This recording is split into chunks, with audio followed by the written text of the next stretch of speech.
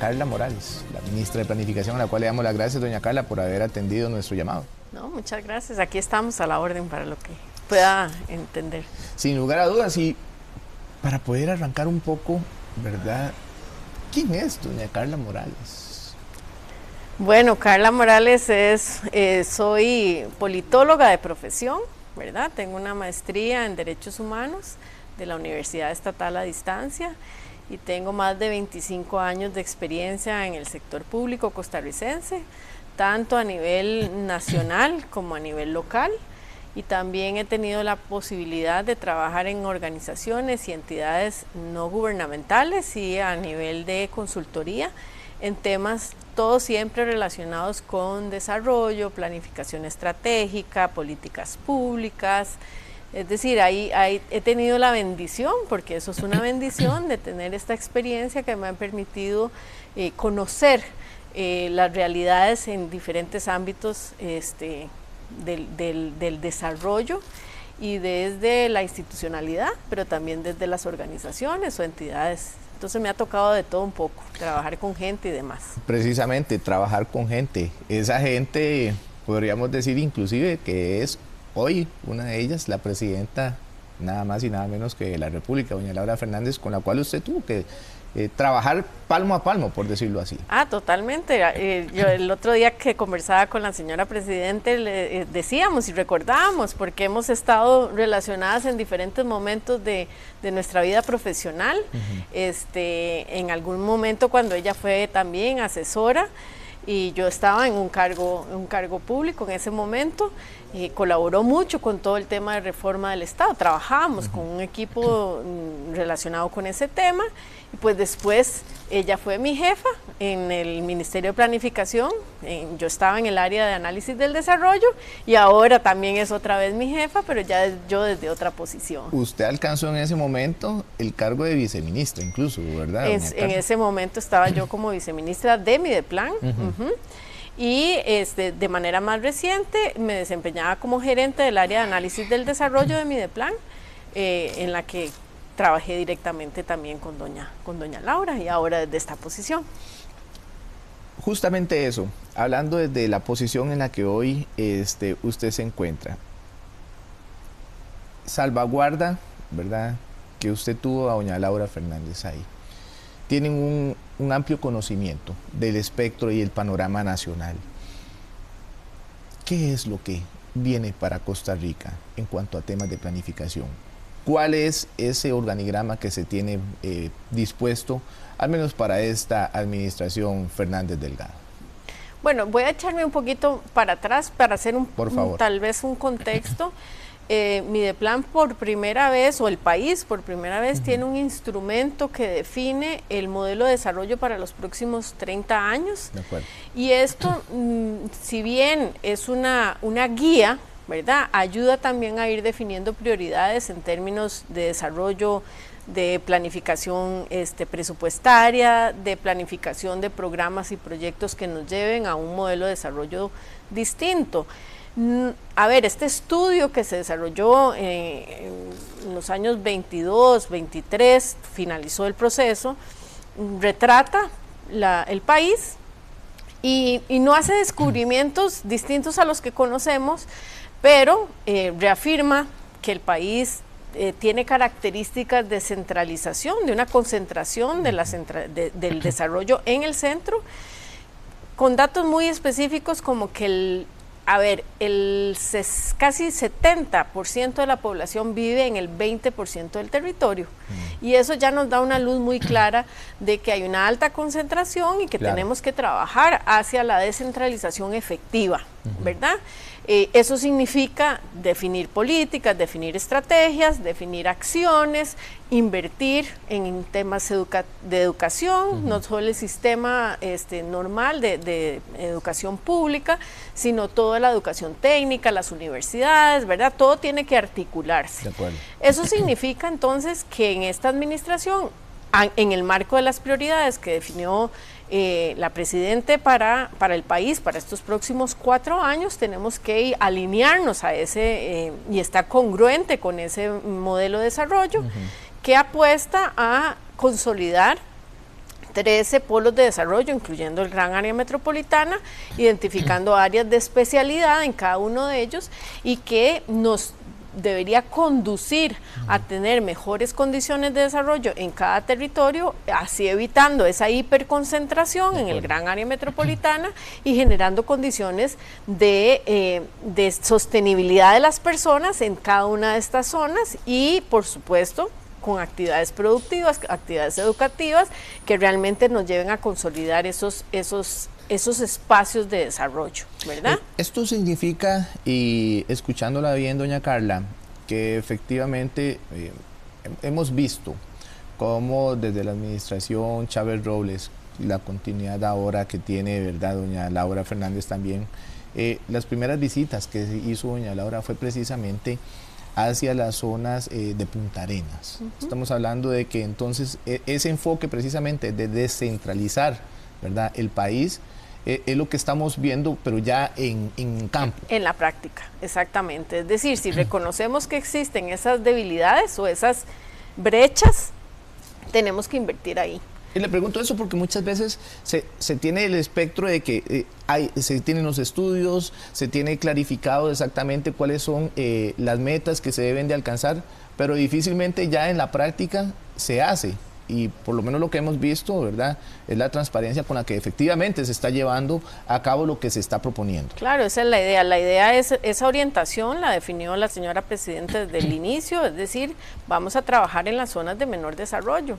Entonces las instituciones nos tenemos que alinear a ello, ¿verdad? Y las instituciones, a ver, nosotros orientamos, nosotros Mideplan, orientamos hacia eso, pero quienes ejecutan políticas sí tienen que hacer ese énfasis en la orientación o en la definición de esas políticas hacia esas zonas que son de menor desarrollo, porque ya están definidas, a ver, eso ya lo tenemos en los diagnósticos, ya nos lo dicen los datos, es decir, ahí no hay mucho que inventar. Sí, ya sabemos claro, dónde está el vacío. El problema, más bien ahora lo que necesita es la cura. Exactamente, entonces claramente hay un direccionamiento también de Mideplan que estas intervenciones se hagan de manera descentralizada, regionalizada, para que de verdad podamos como país demostrar que a través de estas políticas estamos apostando a esas zonas que requieren mucho mayor apoyo, ¿verdad?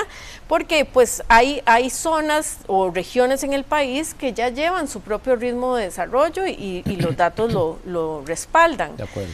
Pero hay otras que estamos quedando. Y alguien puede decir, bueno, pero es que ahí es donde hay menos población. Posiblemente hay menos población, pero hay menos población porque han tenido que irse acercando hacia las zonas donde hay mayores oportunidades. Entonces es un proceso que tiene que irse revertiendo progresivamente. Hablemos con ejemplos. Por ejemplo, las zonas que mayor proyección tienen hoy en día, podríamos decir un Guanacaste, y las que quizás menor proyecciones tienen, estamos hablando, por ejemplo, la zona sur, estamos hablando de Limón inclusive. Sí, los datos que nos dicen, la Huetar Norte, la Huetar Caribe, la Brunca y el Pacífico Central, son las zonas donde los mapas nos aparecen, por decirlo de alguna manera gráfica, en rojo. De acuerdo. ¿Verdad? Entonces, ya tenemos la alerta, accionemos hacia eso. Entonces, por ejemplo, cuando ustedes ven que se está apostando a la Marina de Limón, al aeropuerto de Limón, al hospital de Limón, ahí tiene un sentido de orientación de los recursos hacia esas prioridades. En el sur también se está haciendo toda una propuesta que se ha venido trabajando desde la administración anterior para desarrollar el aeropuerto internacional. Sabemos que esas actividades, esas acciones, esas inversiones en infraestructura conllevan procesos de desarrollo mayores y de atracción de la inversión, de oportunidades de trabajo, ¿verdad? Claro. Pero también tenemos que a la par de eso, tenemos que ir articulando lo que nos proveen las otras instituciones. El INA, por ejemplo, que se alinee hacia eso. Vamos a ir generando condiciones para que las personas que habiten ahí o que incluso quieran irse a vivir ahí puedan tener oportunidades reales. Anteriormente, todas estas estrategias costaba mucho alinearlas, como señala usted, ¿verdad? Porque no todas las instituciones tenían esa guía, tenían esa estructura. Hoy podemos ver que desde planificación se ha querido tener esa verticalidad y señalarle las rutas que las instituciones mismas deberían de seguir. ¿Están cumpliendo con esto o todavía no? A ver, hacemos un esfuerzo, Mideplan está enfocado a eso, Mideplan es el rector del Sistema Nacional de Planificación y por lo tanto nos toca hacer estas orientaciones metodológicas, lineamientos, ¿verdad? Que son, como decirlo en fácil, las instrucciones. ¿Para qué? Para que todas las instituciones lo hagamos de la mejor manera y de manera similar, a partir de las propias especialidades. Estamos abocados a eso. ¿Nos falta como país? Nos falta, ¿verdad? No voy a decir que todo es perfecto, claro, por supuesto, porque no, pero sí nosotros desde Mideplan hacemos un esfuerzo significativo por trabajar de manera coordinada, apoyando técnicamente a las instituciones para que logremos estos cambios, ¿verdad? En esa radiografía, doña Carla, perdón que la interrumpa, se ha señalado de que todavía existe esa brecha en donde en educación todavía estamos, ¿verdad?, rezagados, principalmente luego de lo que ocurrió con pandemia, ¿verdad?, que fue prácticamente un retroceso enorme en lo que es la población estudiantil. Además de eso, también pues hablamos aún de la infraestructura, ¿verdad?, tanto pública como vial, donde se habla de que todavía existen esos rezagos. ¿Es así para ustedes o por el contrario más bien se está enfatizando en otras áreas que no necesariamente en perspectiva son las que señalo? Bueno, las instituciones tienen muy claros sus diagnósticos también, ¿verdad? Y las brechas que tienen. Pero me imagino que ustedes llevan ese top. Nosotros llevamos ese monitoreo, ¿verdad?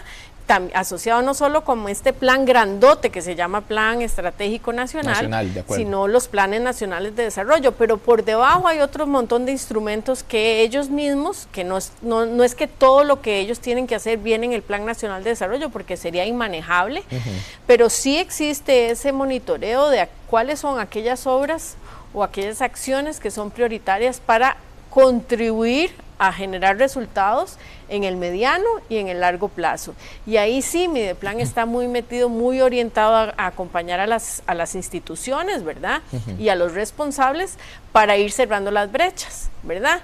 Hay procesos que se concretan en mucho menor tiempo y hay otros que toman un poquito más de tiempo, pero sí hacemos este monitoreo, sí proponemos algunas metas para que las instituciones también vean los retos a los que se tienen que enfrentar, pero que contribuyan a eso, ¿verdad? Mucha gente pensaría de que ahora resulta ser más fácil, porque aparte que la bancada oficialista cuenta con 31 diputados, para el Poder Ejecutivo es más fácil, ¿verdad?, el poder generar con mayor rapidez los proyectos que se tienen en boga. Hablábamos de la Marina de Limón, hablábamos del Hospital Tonifacio, en fin, ¿es así? O por el contrario, más bien es más difícil estructurar, trabajar todos esos elementos para que sea ese gran plan nacional.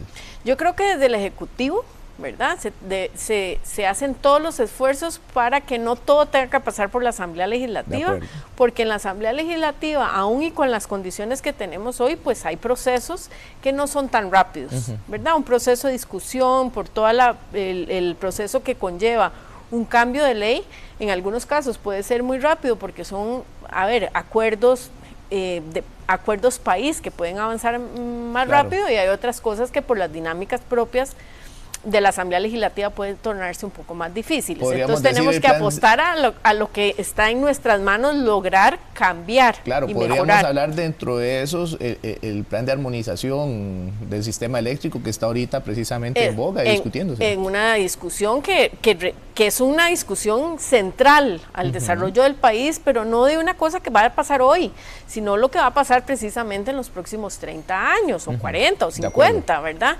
Entonces, hay cosas que sí vamos a depender de una ley, pero hay también acciones que desde el Ejecutivo se pueden promover y consolidar en términos de cumplir metas y lograr resultados que no necesariamente pasen por la Asamblea Legislativa. Algunos inevitablemente lo vamos a tener que hacer, ¿verdad? Pero eso, desde el punto de vista de la gestión propia de las instituciones, hay una apuesta mayor hacia eso. Ahora tenemos una gran oportunidad, que es esta fracción de gobierno, que podría ayudar a sacar adelante algunas leyes que no son tan difíciles de gestionar, digamos, en términos de que podría generar acuerdos muy rápidos para mejorar para formalizar una estructuración de una institución, para suprimir algunas acciones que ya perdieron validez en el tiempo, este tipo de iniciativas que lo que están buscando es mejorar la gestión propia del Estado como un conjunto. De acuerdo, como por ejemplo ciudad-gobierno. Ciudad-gobierno o procesos como la, digamos, creación o supresión de alguna institución del sector público costarricense, como hay algunas ahora en la Asamblea Legislativa discutiéndose, relacionada, por ejemplo, con el Ministerio de Gobernación, ¿verdad? Entonces, esas son propuestas que sí necesariamente tienen que pasar por la Asamblea Legislativa, pero que podrían tener una vía un poco más expedita para desarrollarse. Definitivamente, y ya que usted lo tocó, Gobernación es uno de los ministerios que va a tender a desaparecer. Y las dependencias, las organizaciones, ¿verdad?, que están dentro de él, ¿hacia dónde irían? Se redistribuyen. La propuesta que está ahorita en discusión en la Asamblea Legislativa propone que la Imprenta Nacional sea un órgano adscrito a la Presidencia de la República, que DINADECO vaya a ser una dependencia a Mideplan, ¿verdad?, y Dirección de Migración y Extranjería al Ministerio de Seguridad, que son como las atinencias orgánicas que tienen, de acuerdo con sus funciones, la mejor ubicación o reubicación de estas instancias. ¿Y cuándo se espera que esté definitivamente esto? ¿Se espera para este año? Ya el proyecto claramente está en la Asamblea, pero por ejemplo vemos también a don Homer Bahilla, ¿verdad?, cumpliendo con dos sombreros, con el de viceministro de Gobernación, don Gerald obviamente ministro de Gobernación, pero también don Homer director de la policía, director de Migración y Extranjería. Correcto. Esa es un reto institucional importante, pero esperamos que en el corto plazo se pueda avanzar con ese proyecto de ley e ir también abriendo camino para entender que el propósito es mejorar la gestión pública y mejorar el uso de los recursos. Entonces no es cerrar por cerrar, ¿verdad? Detrás de estas propuestas hay todo un análisis administrativo, de pertinencia, de mejora, de establecer cuál es el valor público, cuál es el resultado que dan y cuál puede ser, como todo un Estado.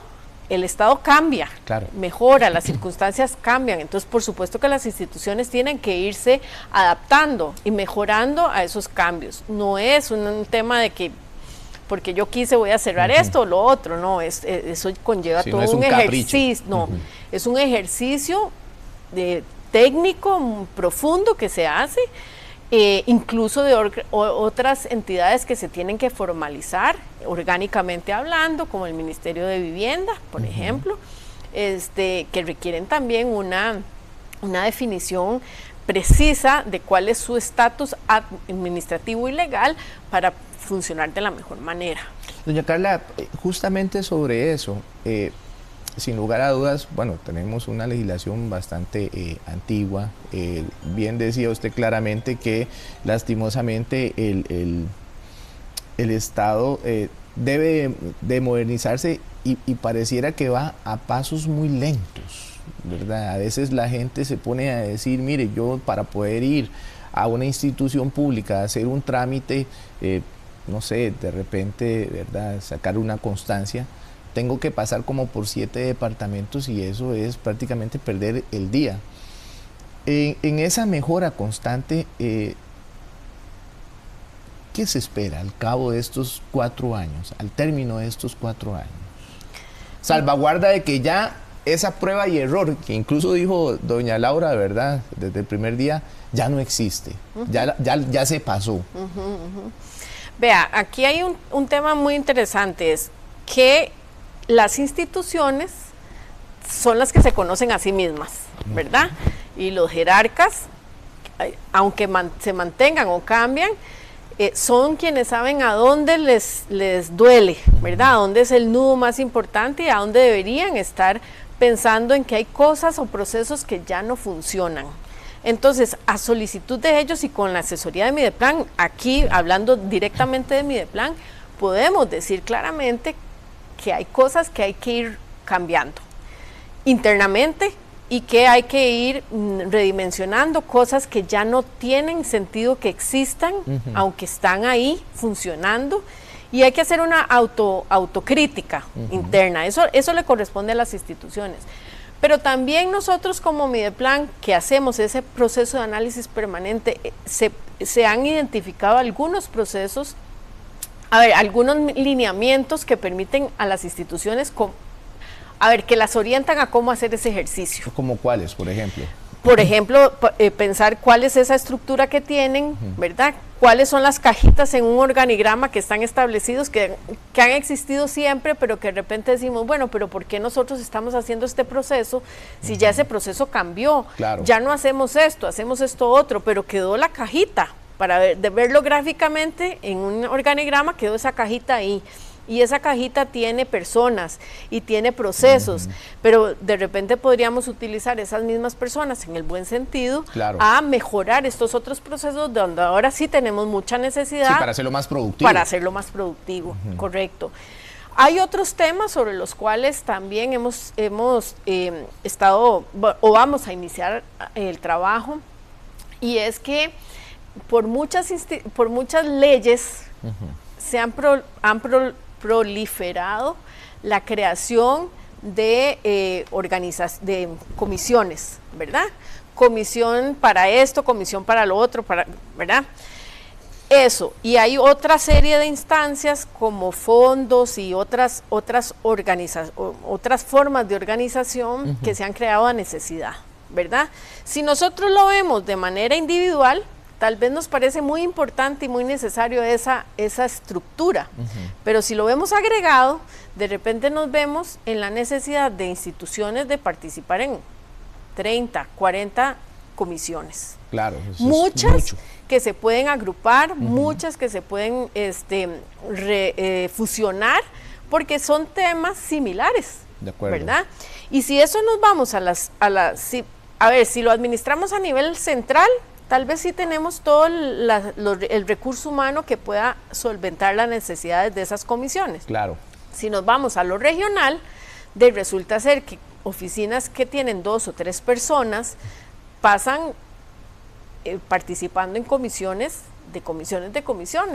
Entonces aquí sí hay un ejercicio que nos hemos comprometido a hacer de revisar la funcionalidad, ¿verdad? El porqué de estas comisiones o de estos fondos o de estos espacios de coordinación, que si bien entendemos que son importantes, hay cosas que podemos ir simplificando, ¿verdad? Eso por una parte. Y hay otras formas que hemos buscado como Estado, ¿verdad? Ya no Mideplan solo, que es todo el tema de simplificación de trámites, ¿verdad? Claro. Las normas y las leyes que han conducido hacia eso. Muchas cosas se han mejorado, muchas cosas se han simplificado, pero entendemos que también hay cosas todavía pendientes de hacer.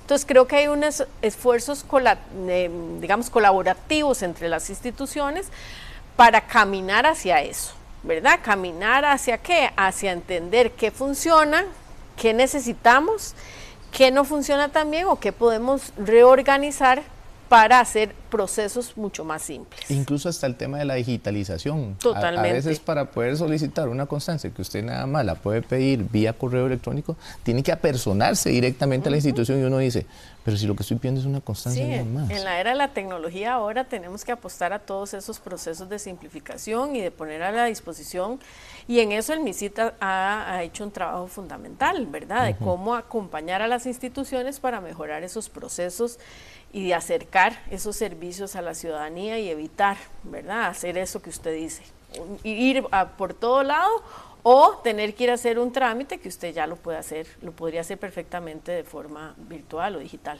Doña Carla, son las 12:56, prácticamente el tiempo voló. Y nos ha ganado. Esperamos claramente que esta no sea ni la primera ni la última vez que la tengamos aquí con nosotros hablando acerca de estos temas y de otros que por supuesto, ¿verdad?, son de interés para el público televidente de 13 Noticias. Pues aquí siempre a la orden. Más bien al contrario. Muchas gracias. Estamos abiertos para que en una próxima podamos de verdad contar con sus servicios por acá. Claro. Las gracias, amigos televidentes, también era doña Carla Morales, la ministra de Planificación.